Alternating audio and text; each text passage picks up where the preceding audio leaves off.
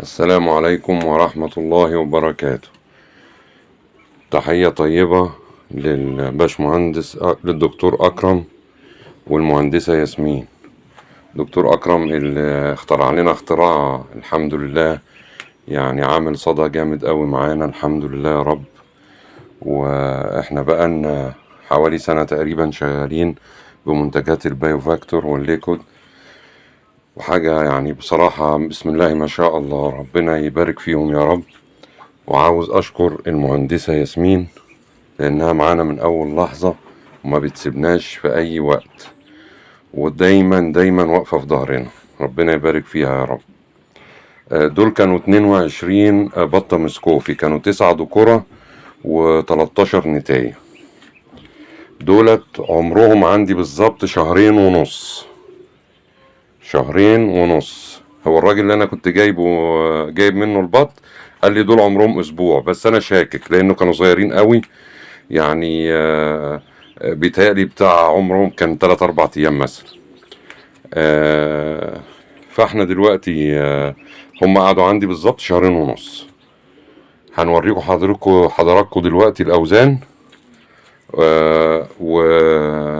وربنا يبارك لنا وادعوا لنا بالبركة ويبارك لكم يا رب، ويبارك للدكتور أكرم والمهندسة ياسمين وكل الطاقم اللي شغال معاه.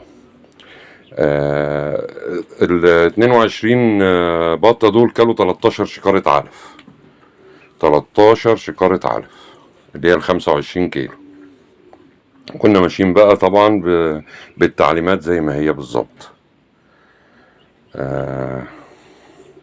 هنوزن دلوقتي وهوريكم وهرجع لكم تاني.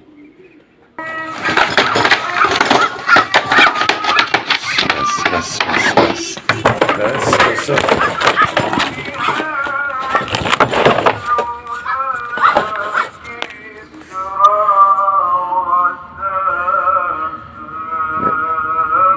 6 كيلو الا ربع، ما شاء الله ما شاء الله، 6 كيلو الا ربع.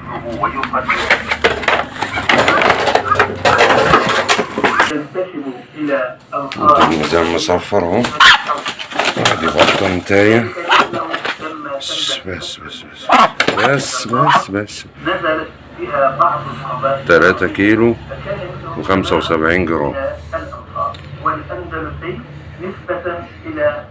وشكرا، وربنا يبارك لنا ويبارك لكم يا رب.